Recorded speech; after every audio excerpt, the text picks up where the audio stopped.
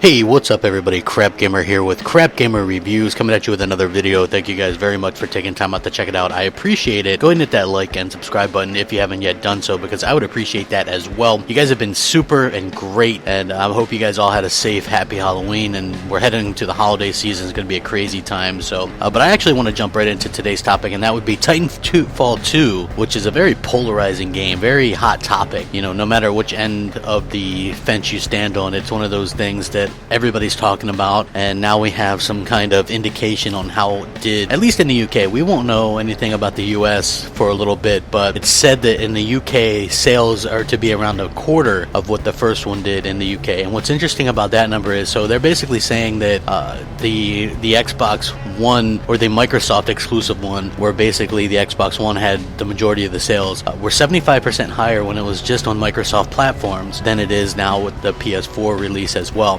So that should go to tell you a little bit of something. There's something going on here. I'm not exactly sure what. Maybe it's something to do with the fact that the first one was exclusive, and you know, the PS4 player base doesn't want to play that kind of game, which is weird because the PS4 player base seems like where a lot of the dude bros went, you know, like the dude bro Call of Duty players. And so it's kind of surprising that they wouldn't play Titanfall 2, since Titanfall 2 is basically kind of like Call of Duty, the last few Call of Duties, but you know, but I guess it's hard really saying. Maybe they were put off by the fact that it was exclusive or whatever, but you know, even Xbox fans, they felt like they were, you know, some of them feel like they were a little bit gypped or whatever, or pissed off at the developers, and I can understand a bit of that. I've talked about that before. Personally, I think it's a really good game. I think one of the biggest problems that the game faced was where it launched and the games that launched in between, because launching in between Battlefield 1, another EA game, and then launching in between Call of Duty is really, really bad trouble, especially launching in between a Call of Duty that's coming with a Call of Duty 4 remaster, since that is probably looked at as the finest first-person shooter ever created, and it's not just a simple port job or up-res job. They actually went in and kind of redid it, so it looks like a new game. So I think that that's going to be a big problem going forward.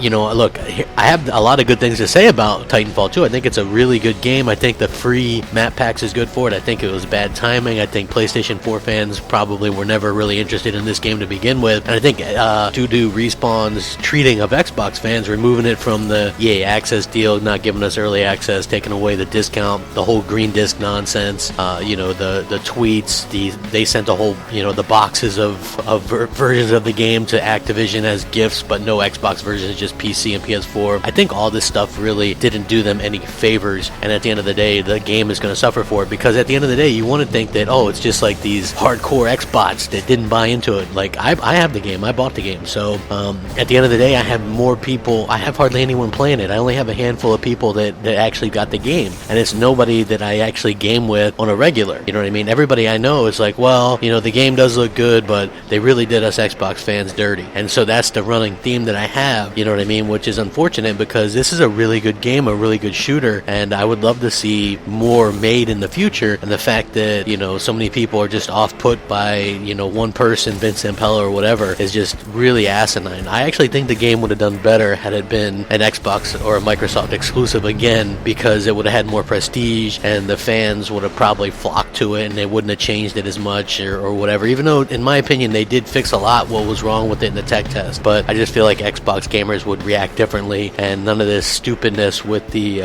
that we've seen happen so far. You know what I mean? Like, they tried to mass market this game, make it have more mass appeal. They were like, hey, let's not forget that 40 million user base, but at the end of the day, that 40 million user base is dude bro morons. They're not really gonna buy into your game. So anyway, let me know what you guys think. Check out the article, it's gonna link it in the description. Hell, lucky, because this Titanfall 2 barely finished above Farming Simulator 17. So yeah, I mean, they got that going for it. Rack 'em up, Crapgamer out.